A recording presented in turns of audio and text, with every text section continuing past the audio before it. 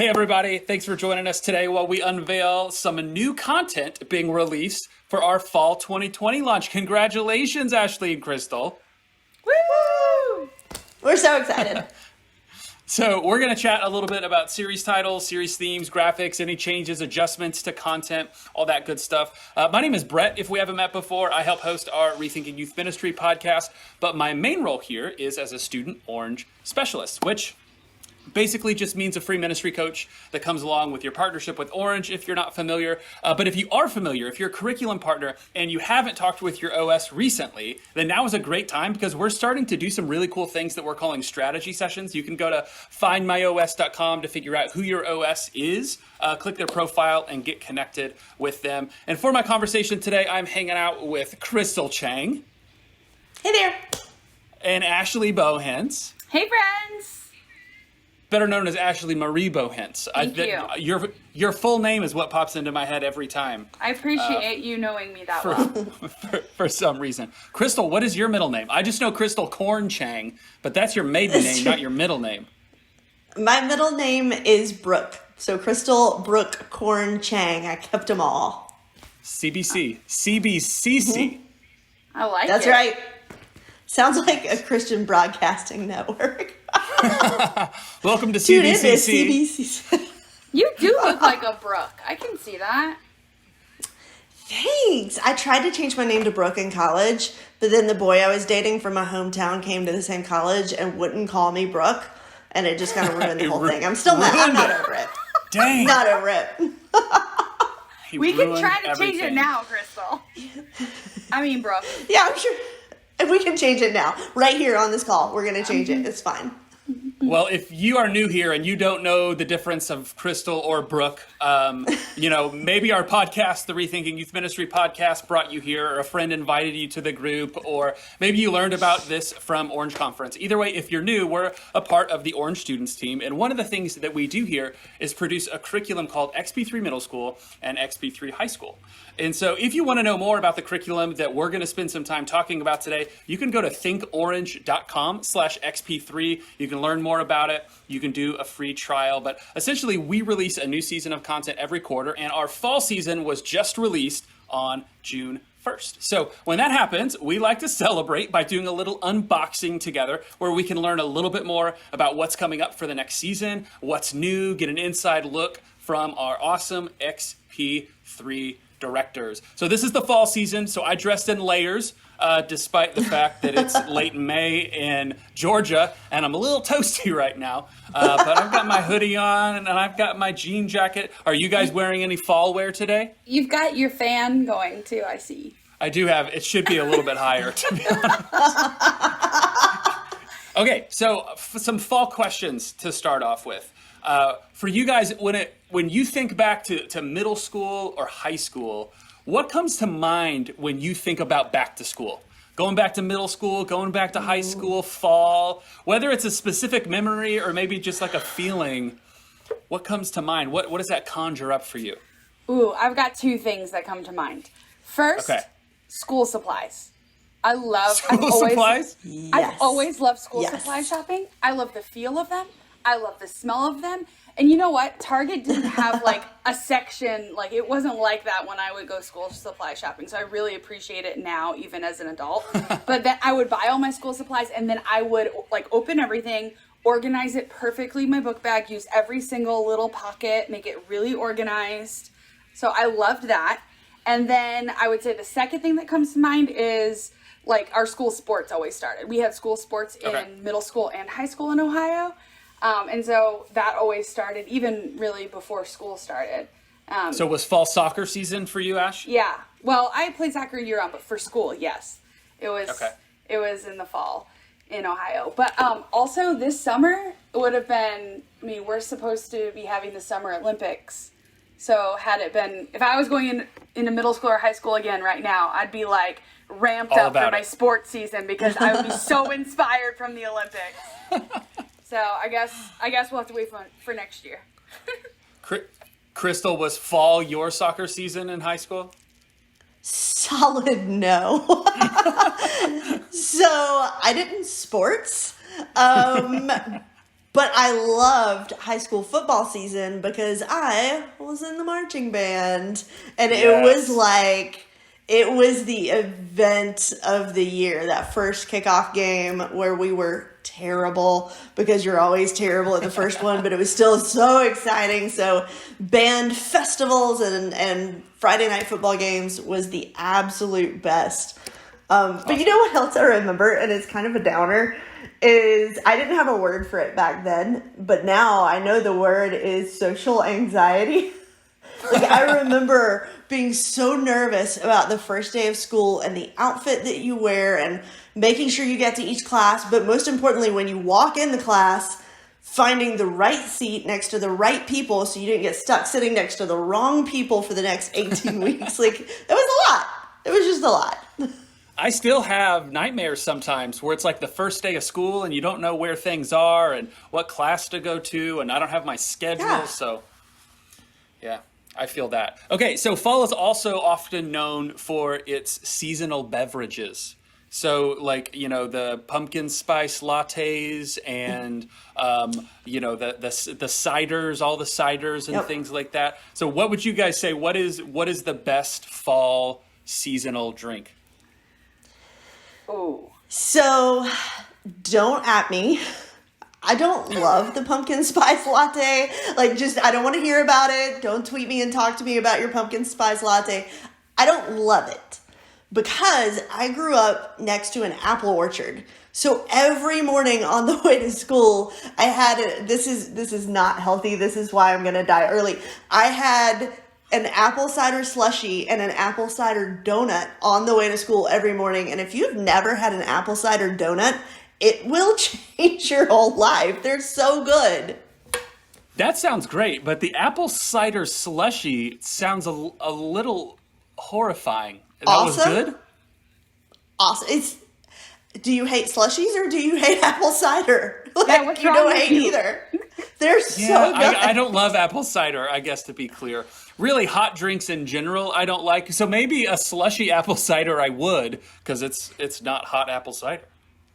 Brett, the next time I go to my hometown, I'm going to figure out a way to freeze that apple cider slushie. I'm going to bring you one. I love it. Crystal, Ash, what do you think? I also grew up by an apple farm, so I have a deep love. Did you really? Yes, I did. No way. Yeah. And I have a deep love for apple cider, especially the non-foggy apple cider, you know, when it's clear and it's like strained twice. I prefer my apple cider cold. So my fall beverage that's cold is apple cider. My fall beverage, actually, I was gonna say my coffee beverage, but I actually prefer, which is funny, the pumpkin cream cold brew is way better to me from Starbucks than the pumpkin spice latte. Pumpkin cream cold brew, but that's also cold. So I guess I like cold beverages in the fall. I don't know. I'm gonna be honest. We went way deeper into the apple-based fall drinks than I thought we were going to. You mean that's not what this is about? Today. We have a lot of opinions, Brett. We have a lot of opinions. I'll have about 2 hot chocolates a year, and that's the only warm drinks that I'll drink in an entire year. So I'm learning all sorts of things. But for all of you that are hanging out with us and watching, we would love to know your answers to those questions too. What conjures up in your mind when you think about going back to school when you were in middle school and high school? What are your favorite fall beverages? Do you like your apple ciders cloudy or clear? I guess there's an option there. Cloudy. And if you have a preference, you can share that with Or us. hot apple cider or cold apple cider? Yeah. Which one? What's it going to be? And if you share that with us, we are going to... so I am pretty excited about this. So we have a pretty cool prize package. So share what your answers are for those in the comments. And then after all this, we're going to pick somebody. And they're going to win a couple of pretty amazing things. Number one, they're going to win the new Weekend Retreat. So Weekend Retreat was a brand new thing that we developed that we released last Orange Conference. And then we released a new one this year. Crystal, tell us a little bit more about it. We are so excited. It was so fun watching so many of you do Weekend Retreat last year. So it was really fun for us to work on this year at the same time. And this year, the whole weekend is focused around identity. and it's called One of a Kind. And the idea is God made you one of a kind, and you can live a life that's one of a kind because of Jesus. And it covers a whole bunch of different ideas within identity. One is like how you talk to yourself. You should talk to yourself like you're one of a kind. And then also, God's love for you is one of a kind, and it's not based on anyone around you. And there's this really fun sort of interactive activity that goes through the whole weekend where they write things. I know this sounds a little crazy, but they write things on their shoes. In the beginning, it's names that they've been called, and then it's things that are true about them. And over the weekend, they don't write it on the nice part of their shoe, so mom's not mad. They write it on the bottom of their shoe or on a slip of paper and stick it into their shoe. But they are constantly walking all weekend on a reminder of who they are in Jesus, which is really, really fun. I love it. And the weekend retreat stuff, it's got middle school stuff. It's got high school stuff. We've got bumpers. There's graphics. There's, there's checklists that walk through all. Yeah, it's just, it's the full package. So somebody's going to win that. And even if you don't win it, you should definitely check it out. But we've got something else. So while we were having conversations about what we could give away, and we kind of hinted at we might have some conversations about all of these Apple Orchard related goodies. Crystal has offered to add something in to sweeten the prize pot. Crystal, what are you throwing in here? So if you're the winner, I will ship you some apple cider donuts from my hometown. So if you want to try it. I might try too, because the donut, I'm all in. Maybe not hot drinks, but donuts count me in. So I do want some apple cider donuts. Okay, so we're going to transition now, and let's jump into this fall season a little bit. And it's no surprise to everybody that this has been a really interesting last few months of ministry, to put it lightly. What we've done, what we haven't done, what we've had to cancel, a season of, pivoting and curveballs, adjustments, and innovation. And that's kind of been true for us with XP3 too. You guys have never had to develop a season of content in the midst of a pandemic. What are some of the ways that has looked really different for our team this last season? Well, I'm in my house right now. As you can see, that huge board back there is we've got our creative boards and our planning boards, and everything's happening creatively from a distance, which has been interesting. I'm sure everyone listening knows exactly what I'm talking about. It just looks a little different for each of us. You don't normally decorate your room with creative boards and scope and cycles, Ash? Not this many. It's taking over my house. It's no longer like one board that I brought home from work to look at. It's like, where else can I lean a board in this room? The same is true on the high school team. I've got my walls covered in sticky notes here in my office, but also we have never not been in the same room planning content. And so we've had creative meetings, but it's actually been one of the better or the cooler parts of this whole experience is we also haven't been able to invite partners to join us in the past in the way that we can now. And so we have had partners from around the country, youth pastors from around the country dropping in to help us build small group questions, dropping in to help us plan a series talk. And so that's been actually a really fun discovery, is that this has been a great way to invite voices from around the country and not have to fly them in or fund the budget to fly them in, which is normally how that would work. So that's been really neat. I love that, because that was one of my favorite things about using XP3 when I was on staff at the local church, is that I knew that it wasn't just my own bias or my own perspective or my own experiences, that there were so many different voices that were speaking into what this looked like and how we talked about this and how we formulated these questions. So I love that we've just been able to invite other people into this conversation in new ways, even though some other things have probably been challenging, as we've all experienced the challenges of the last few months. So with that being said, is there anything new this season? Any new components? Did we shift how we're going to be producing? Anything that we should expect to be different once we download the fall stuff? Actually, one of the pieces I'm most excited about, which I think we were able to leverage even more during this quarantine time, are the student Devos on the YouVersion Bible app. Brett, the Orange Specialist, you guys let us know that a lot of the partners were giving feedback about student Devos only being 5 days a week rather than 6 or 7 days a week. And so our teams have been working on how do we fix that. And so this season is the first season that both middle and high school will have 7 Devos a week. And the 7th of each week is focused on memorizing the memory verse for that specific series. And so moving forward, our series will have 7 a week for students.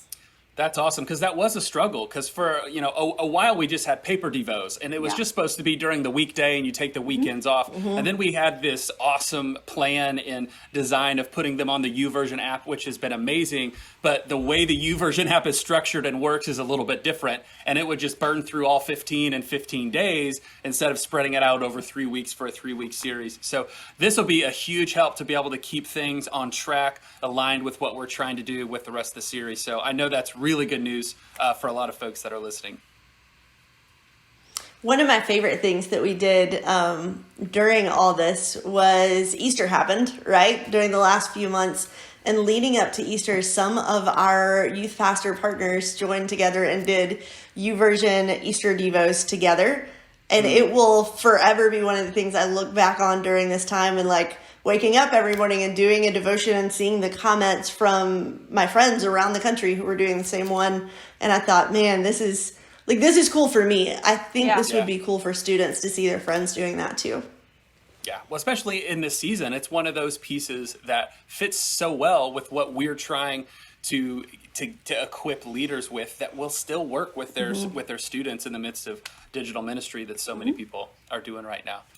Something else new this season is it is the first season of a new focused year scope. We already talked about that a little bit, thanks to Ashley's decorating in the background there. Tell us a little bit about the scope and cycle, focused yearly scopes, what all of that looks like. So not that I'm excited about it, but look at this. Oh, virtual background. You just outdid me. You just outdid me. Well, I was actually a little bit jealous because the poster that is behind me in the virtual background was too big to fit in my car. So I couldn't bring it home from the office, but I brought it home. Look at this. But if you're new to the Orange world, a scope and cycle is just how we talk about our teaching plan. We think that there should be a scope of all the topics that we should cover, but we should also recycle the things that matter most. That's the scope and the cycle. And we rotate 3 years of themes and topics. And you can always take a look at those. But every year we release in great detail what the next year's topics are going to be. So like up here, I don't know if you can see my finger, it might disappear, but you'll see series topics like explained and like me. You'll see the memory verse, you'll see the bottom lines, you'll see the suggested teaching dates. All of that's available on a document that we call the 1 year scope that looks a lot like that.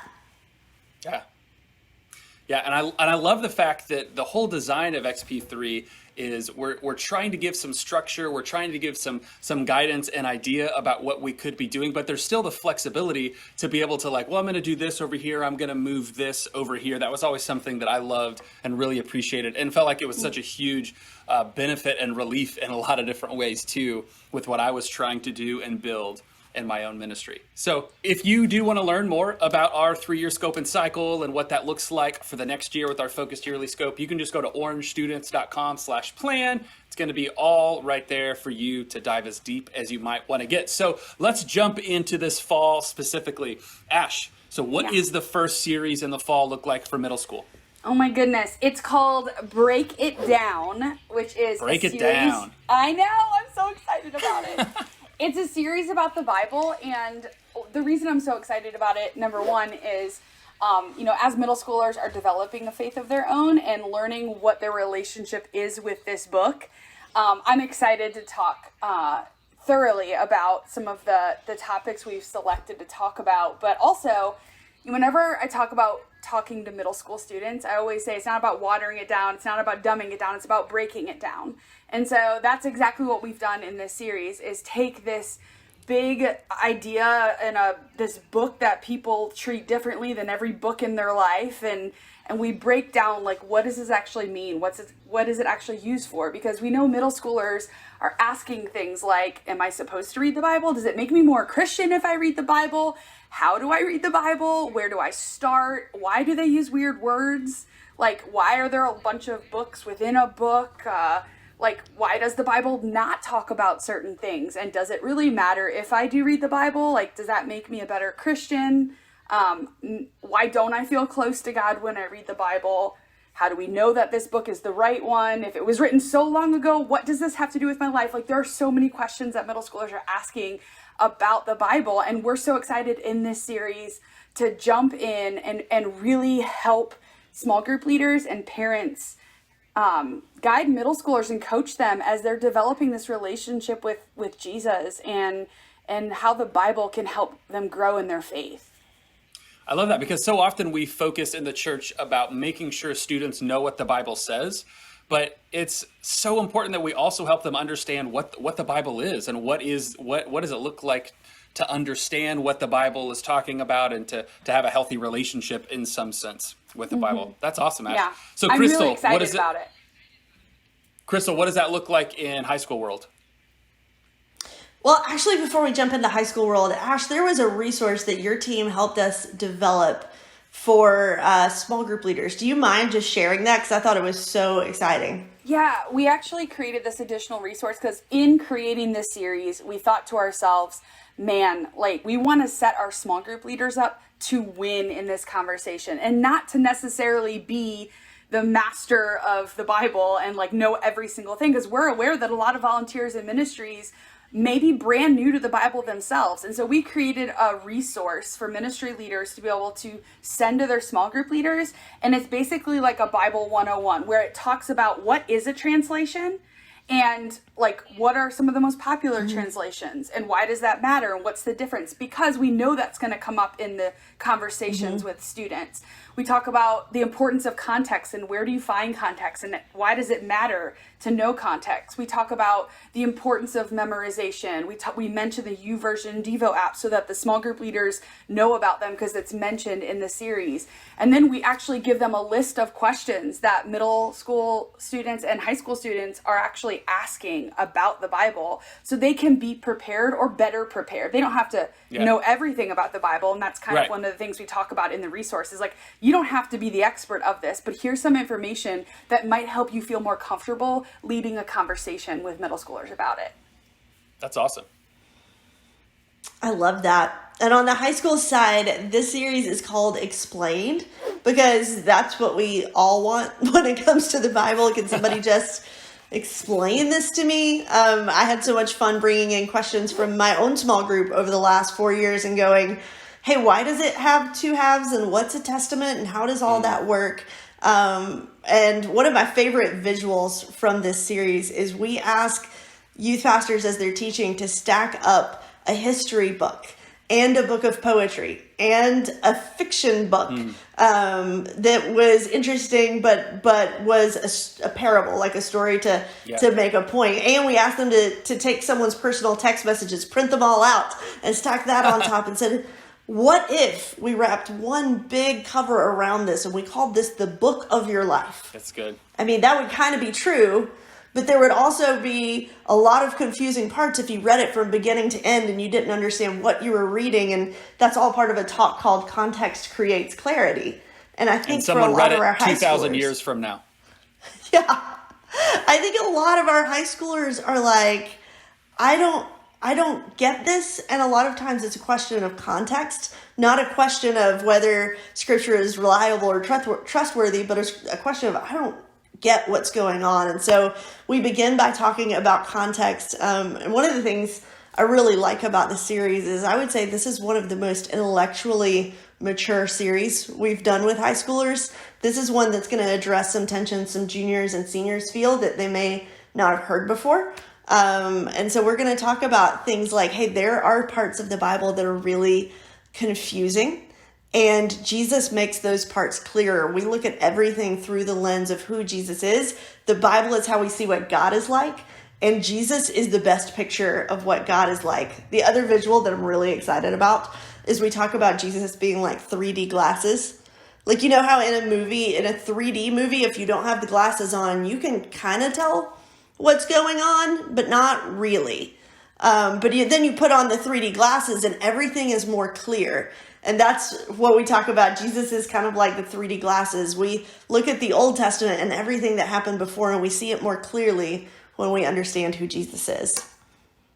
Did Brett just quit? Yeah. Just gone. His computer either died or something happened in the house. I'm so thinking about apple cider right now. Well, sorry about that. We all know we're working from home, and my children decided that the Wi-Fi was not important to be plugged in because they wanted their karaoke machine plugged in. So I got completely cut off. But Crystal, I think that you were talking about maybe 3D glasses or something like that.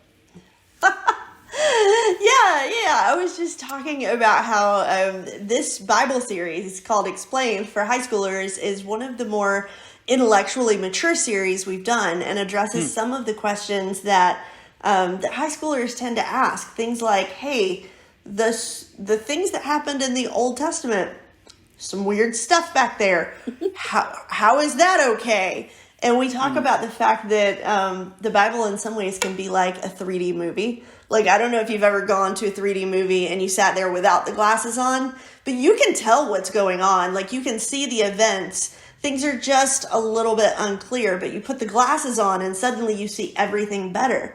And we talk about how Jesus is a lot like those 3D glasses, that the Old Testament helped us understand what God was like, but Jesus is the best way to clarify and to see what God is like. And so we view everything that happened before through the lens of Jesus. Now, one note that I don't want to miss while we talk about this is where it falls during the year. If you look at suggested teaching dates, this series starts the fall season because we assume that a lot of our school districts are starting at all different times, and maybe this for you is the end of summer.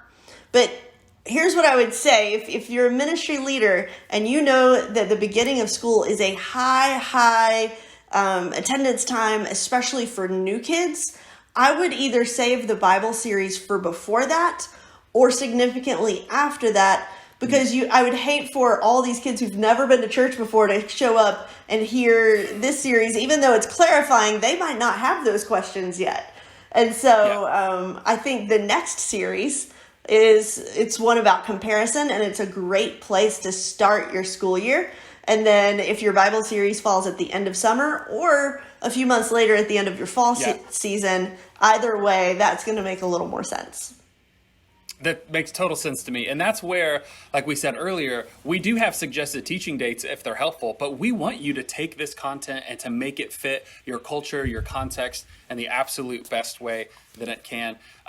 Before we jump into that comparison series, one thing that if you're familiar with us that you're going to know is that we highly advocate for middle school and high school specific either ministries or at least teaching times to be able to speak to their level. And Crystal, you mentioned the high school stuff being maybe some of the most, intellectually mature content that we've put together in a long time.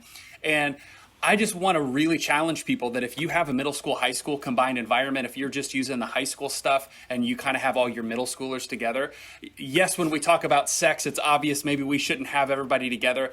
But to me, these are some great opportunities too, to be able to try something different for a few weeks and separate your middle school and your high school, because the way that they understand things, concrete, philosophically, black and white, abstract, it's so different with a 6th grader and a 10th grader or 12th grader.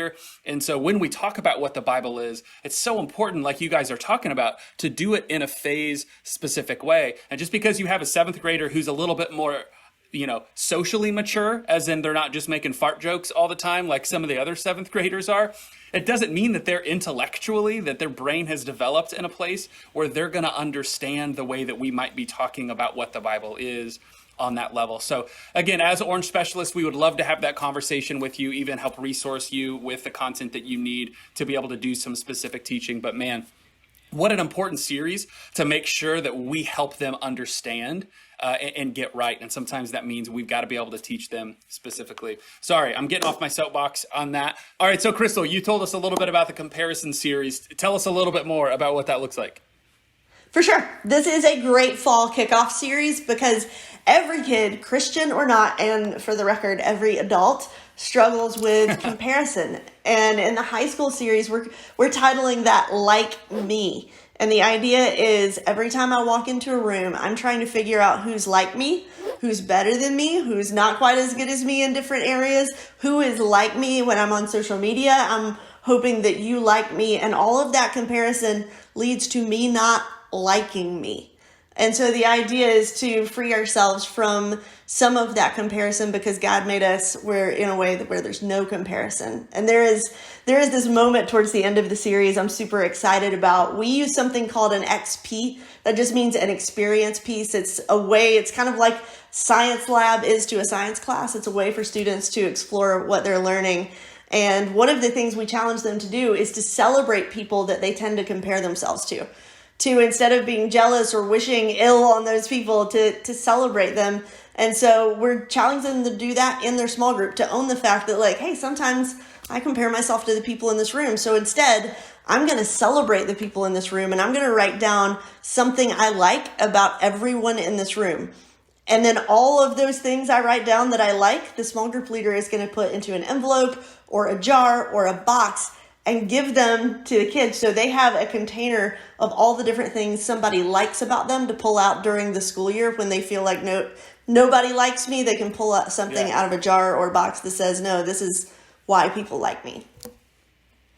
That's awesome. Yeah. Ash, what does that look like in middle school world? It looks really similar. Obviously, it sounds a lot different. Our series is called This or That.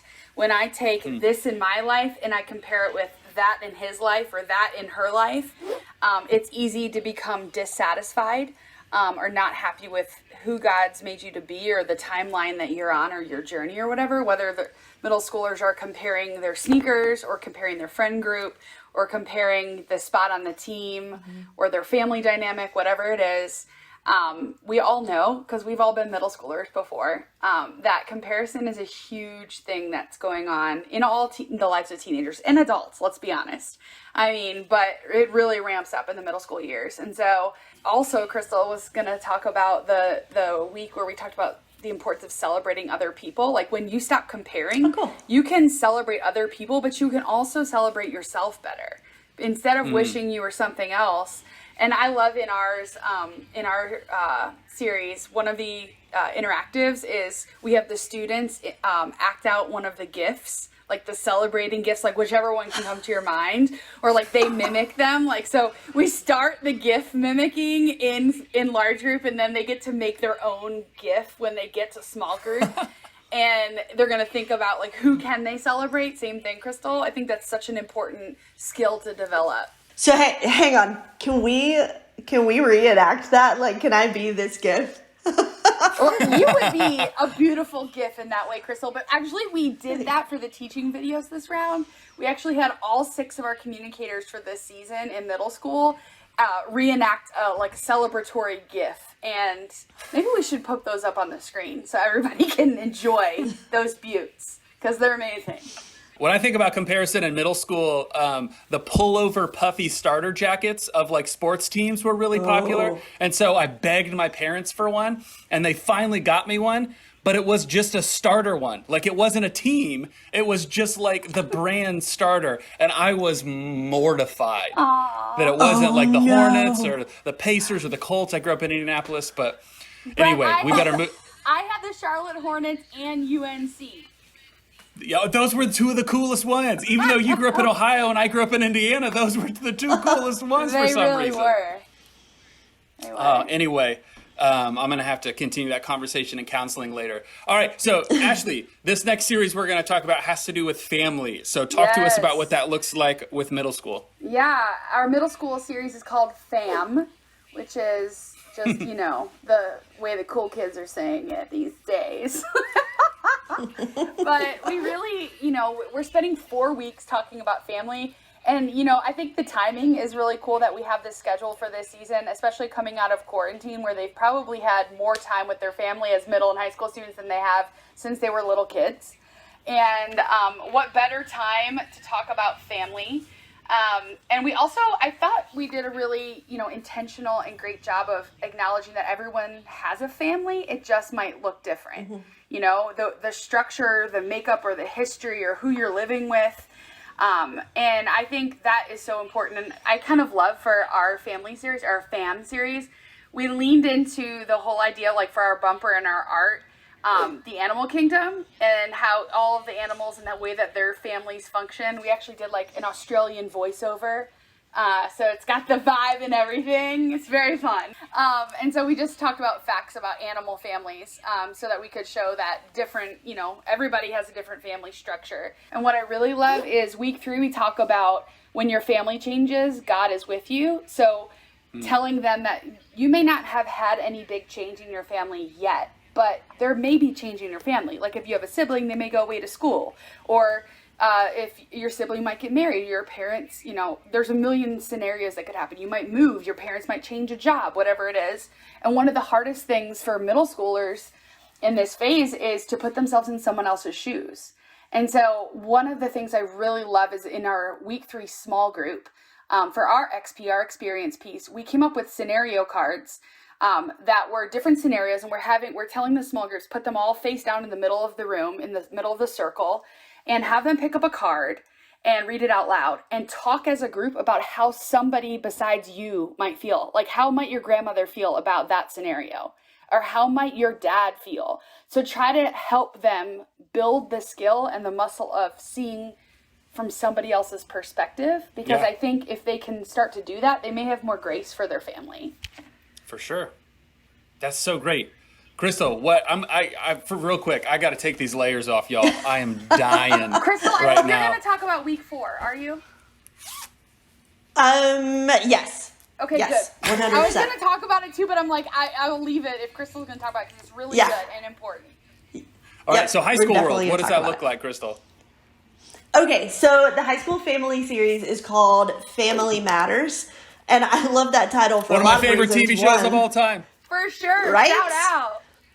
I mean, maybe our students have seen it on Nick at Night, probably not.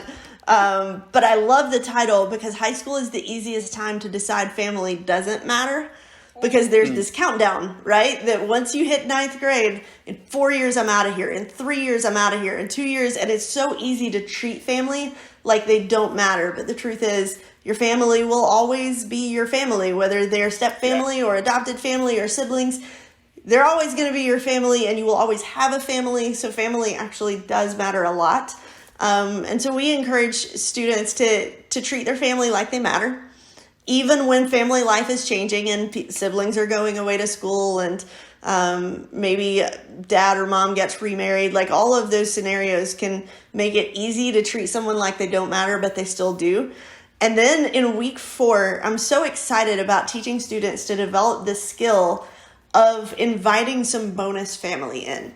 So we have the family that we have lived in a house with or that we were born with, but we also all need people that we treat like family that are not part of our family. People like small group leaders and coaches and teachers and advisors and mentors. And so in week 4, we talk about deciding on 1 or 2 people who are going to have the right to speak to you like family, and who you're going to be able to go to like their family. And our XP for this series is actually a postcard that says family matters and your family, or family matters and you matter to me.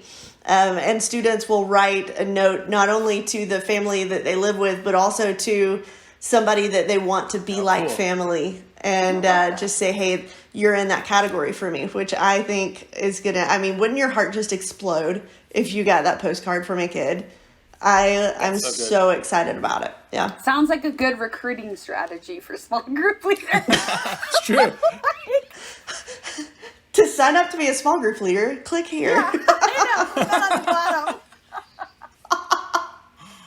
Oh, man. So I don't know if this was strategic or not, but we follow up our conversation about a series on family with a series about arguing. So tell us a little bit more about that, Crystal. Well, it is strategic for a few reasons. One, it does follow. This is part of our collection of standalone talks. In the high school world, it's called I Have Questions. In the middle school world, it's called Trending. But these are topics that you want to talk about for 1 week. Maybe you don't want to talk about them for 3 weeks. And this is the area where we've covered things like race and self-harm and suicide and anxiety and technology. And so in this season, the question is, how do I win an argument? And not only are we talking about arguments with our family, but there is a certain event here in the U.S. that happens in November where a lot of people argue, and a lot of people in our culture have decided that there are no Are you talking rules about Thanksgiving? when it comes. Yeah, no, of course, yeah. Thanksgiving sides. Obviously. That's what we're talking about. People arguing about in November, right? For sure. Yes. No, we are talking about the dumpster fire of Twitter and all of those different places where people argue, and culture seems to have this message that the only goal of arguing is to win. That you just have to be the meanest and have the most slam dunk facts, and then you can just win that argument. And the bottom line for this talk is you never win an argument if you lose the relationship. And so it's helping students figure out how to value a human even when they disagree with what the person is saying, which I think could not be more important right now. That's so good. What do those conversations look like in middle school, Ash? So I am so excited to talk about this because middle schoolers are definitely observing a lot of arguing going on around them, whether it's in their home or in their school or on social media. And whether it's been modeled for them in a healthy way or not, it's a life skill that middle schoolers need to develop, because what we want them to understand is arguing actually isn't a bad thing. It's actually a skill you need to develop to advocate for yourself sometime, or advocate for something you really care about. And there is a difference between fighting and arguing, and there's a way to argue well in a way that arguing actually dishonors the person you're talking to. And so similar to Crystal, our bottom line is, when it comes to arguing, care more about the person than the point you're trying to make. And one of the things I really love is we're landing that standalone talk in their small group, their XP. We're giving them kind of a take-home sheet that's, here are the do's and don'ts of arguing. And they're really going to talk through really practical ways of how do I argue. And we also acknowledge that, there are some teenagers where they do need to fight to survive, or they need to argue to survive. And so we do acknowledge that in this standalone. But we really kind of lean into the idea that there is a healthy way to do this in a way that honors everybody involved, regardless if it's ever been, modeled for them. So. Yeah. I love that. Well, I mean, I feel like I say this about every single season we ever talk about, but I'm super excited about this season. And I've got to tell you, I've been in some of these conversations with obviously Ashley and Crystal, and with the team, and with people who help develop this stuff. And if you're using XP3, if you're not using XP3, these people that put this stuff together care so much about the kinds of conversations that we want to help middle schoolers and high schoolers have about what it looks like to develop an authentic faith, and what these things have to do with that faith, and building and growing and sustaining that faith. So Ash and Crystal, I'm so grateful for you two and the teams that you help put together to create content like this. So thank you guys so much for hanging out with us and sharing with us a little bit about what is coming up this fall. We hope you love it. We're excited. And again, if you're not a partner and you want to dive a little bit deeper into learning what XP3 is about, thinkorange.com/XP3. You can do a trial there. And as Orange specialists, we would love to connect with you if you are using XP3, especially with these new strategy sessions. Make sure you reach out to me or Charlie or Candace. Findmyos.com if you're not sure where that is. And remember to comment in the comments to let us know what conjures up in your mind when you think about going back to school, and your favorite fall beverage, so that you can win Weekend Retreat and the Apple Orchard Smorgasbord from Crystal. And so there it is. We are proud and excited about this summer season. We look forward to hearing about how these things go over in your ministries. Crystal, Ashley, thank you so much again. And thank you everybody for hanging out with us.